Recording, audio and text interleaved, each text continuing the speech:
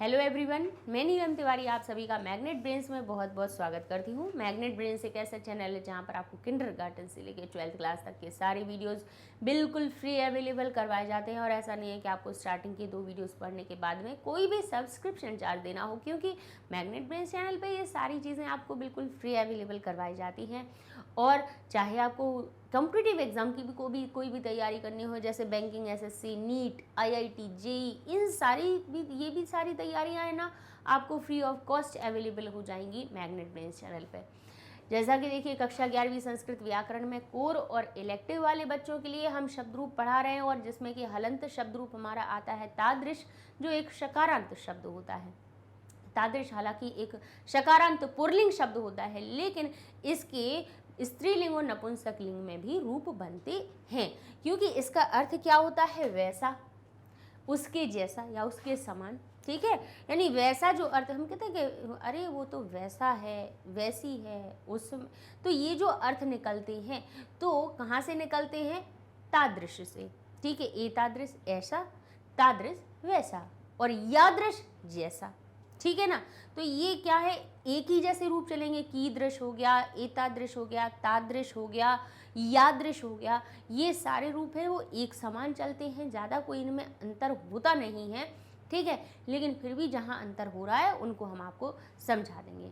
ठीक है, अब तादृश का अर्थ क्या होता है? उसके समान या वैसा है। ठीक है, अब ये जो अर्थ होते हैं, ये शब्द जो होते हैं, कहाँ प्रयुक्त होते हैं? अकेले भी प्रयुक्त हो सकते हैं, मतलब ये स्वतंत्र भी प्रयोग हो जाता है इनका, और ये किसी संज्ञा के साथ भी आ जाते हैं, क्योंकि ये जो होते हैं ये विशेषणवाची शब्द होते हैं। क्या होते हैं? विशेषणवाची। ये क्या करते हैं? किसी की विशेषता बताने का काम करते हैं। ठीक है, अच्छा, अब इनके रूप याद कर लेते हैं। रूप याद करें तो कैसे हो जाएंगे? कहेंगे, हमने आपको जैसे कहा है पिता के शब्द रूप याद कर लो, कहा है हमने। वैसे तो बहुत कुछ बालक जैसे मिल जाएंगे, लेकिन अगर जैसे पिता के शब्द रूप याद कर लें, पितृ शब्द के ऋकारांत शब्द रूप याद कर ले, तो उससे हमें यहाँ पे बहुत सहायता मिल जाएगी। कवि की याद कर लो, इकारांत से भी बड़ी सहायता मिल जाएगी, क्योंकि देखिए, पहला प्रथमा विभक्ति का अगर रूप अलग कर दे तो दूसरे में माँ हलंत आ गया, तीसरे में बड़े आ की मात्रा, चतुर्थी में ए की मात्रा, फिर पंचमी और षष्ठी में अह और यहाँ पे ई। तो ये जो हमारी भाई अंत में दिखने वाले ये जो आपको मात्राएं दिख रही हैं, स्वर दिख रहे हैं, ये एक ही जैसे होते हैं। जैसे माँ हलंत, स्वर कहीं कहीं पे व्यंजन भी। ठीक है, म, फिर आ, फिर ए, फिर अह ई, अह और ई।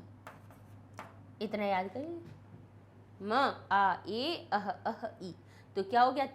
तादृशम, तादृशा, तादृशे, तादृशः, तादृशः, तादृशी। ठीक है, इतना से याद कर लिया। यही ऐसा ही परिवर्तन हमें कहाँ दिखाई देता है? हमारे ऋकारांत शब्दों में भी दिखाई देता है ना कि नहीं? हमारा क्या बन जाता है? पितरम, पित्रा, पित्रे, पितुहु, पितुहु। अब यहाँ पे अह आया है, वहाँ आ जाता है उहु, उहु, यानी उ की मात्रा और विसर्ग आ जाता है। इसीलिए हमने आपको क्या किया, इस प्रकार से आपको लिख के बता दिया। ठीक है, अब यहाँ चले तो भाई तादृशौ, तादृशौ, पितरौ, पितरौ, पितरौ। ठीक है, यहाँ पे अब देखिए, ये जो श है वो गा में परिवर्तित हो जाएगा। गा क्यों हुआ? पहले क में परिवर्तित हुआ, तो तादृक या तादृग, का ही गा में परिवर्तन हो जाता है। क्यों? जशत संधि के नियम से का गा में परिवर्तन। तो यहाँ पे भी तादृक कि बाद में स्वर या व्यंजन आ जाने पर तादृक, तादृग हो गया, तो ये हो गया तादृग्भ्याम, तादृग्भ्याम, तादृग्भ्याम। यहाँ अर्थ हो जाएगा तादृशोह, ओह, ओह की मात्रा यहाँ आ जाती है। ठीक है, अब चलते हैं हम अपनी किस पर? बहुवचन पे। तो यहाँ पे देखिए, तादृशः, तादृशः, यानी अह, अह। ठीक है, इसके बाद भी, भ्यः, भ्यः, आमशु, नामशु, नामशु, आम, ये सब सामशु, ये सब कहाँ पे आते हैं? हमारे तृतीया से सप्तमी तक के, ये याद करने का एक आपको लाइन है, भी, भ्यः, भ्यः, आमशु।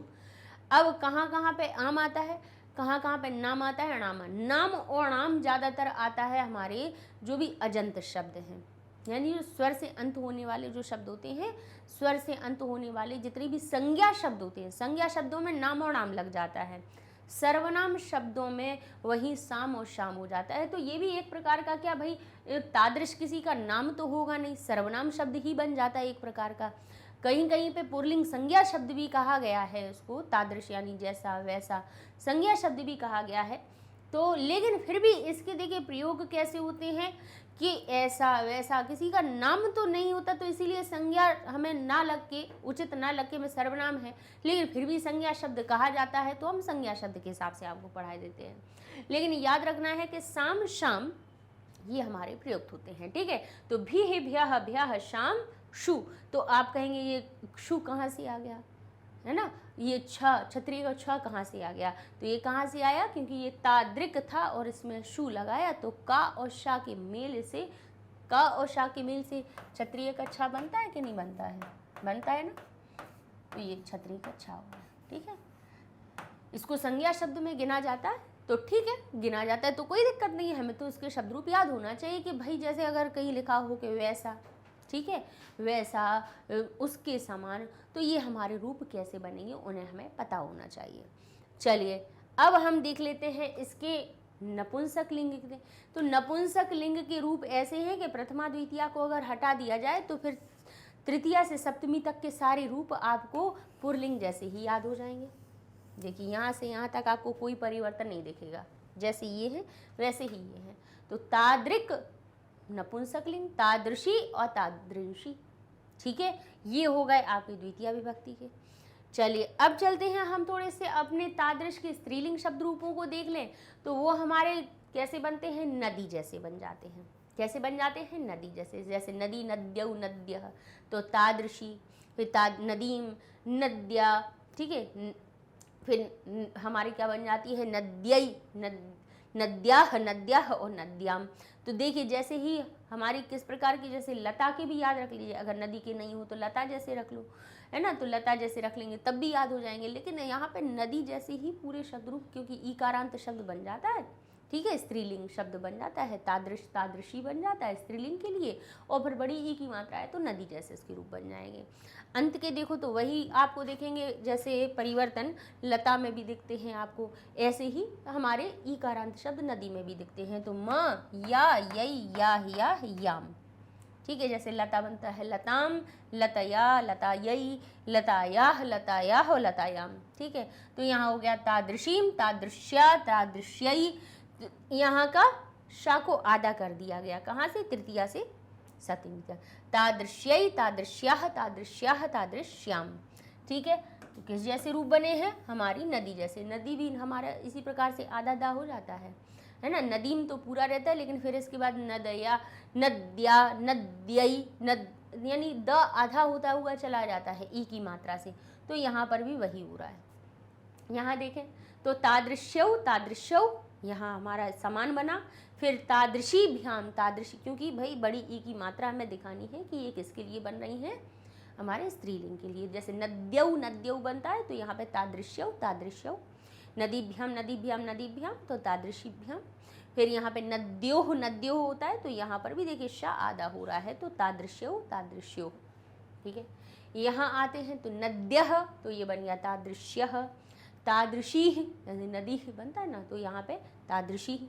फिर भी भ्यः भ्यः नाम शु, ये हमारे बन गए। लीजिए एक लाइन याद है तृतीया से सप्तमी तक की, तो अकारांत शब्दों को छोड़ दो, तो उसके बाद के आपके आकारांत इकारांत उकारांत रेकारांत, इन सभी में आपको भी ही भ्यः भ्यः नाम शु, ये ही आपको अंत में परिवर्तन दिखाई देंगे। तो इस तरह से ये हो जाते हैं आपके तादृश के शब्द रूप याद। अच्छा, ये इनमें अर्थ क्या निकलेगा, मैं पर देखिए हर एक विभक्ति अपने अपने चिन्हों को जोड़ देती है, अपने अपने चिन्हों को इनमें जोड़ देती है। तो यहाँ पे अर्थ लिख जाएगा ने, ठीक है, यहाँ पे आ जाएगा को, यहाँ पे आ जाएगा से या के द्वारा, यहाँ पे अर्थ निकल आएगा के लिए। चतुर्थी विभक्ति के जितने भी शब्द रूप हैं उनमें के लिए का अर्थ जुड़ जाएगा।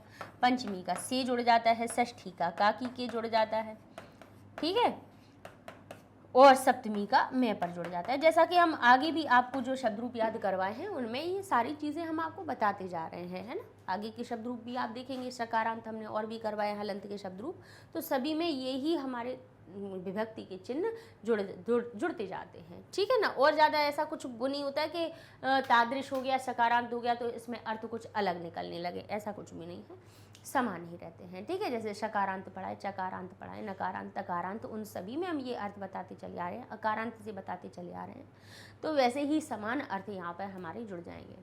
और अगर किसी संज्ञा के साथ में आते हैं, ये भी ध्यान रखिएगा, संज्ञा में जो विभक्ति होती है तो हमारे जो मूल शब्द होता है, जो ये विशेषणवाची शब्द बन रहा है, वो भी उसी विभक्ति का प्रयोग कर दिया जाता है, ठीक है। जैसे हमारा लिखा है बालिका या, तो हम शब्द लगा देंगे, उसमें रूप लगा, नहीं उसके समान बालिका या वैसी बालिका, तो हम कहेंगे तादृशी बालिका, ठीक है। अब लड़के के लिए है तो क्या हो जाएगा, तादृश बालकः, तादृक् बालकः, ठीक है ना।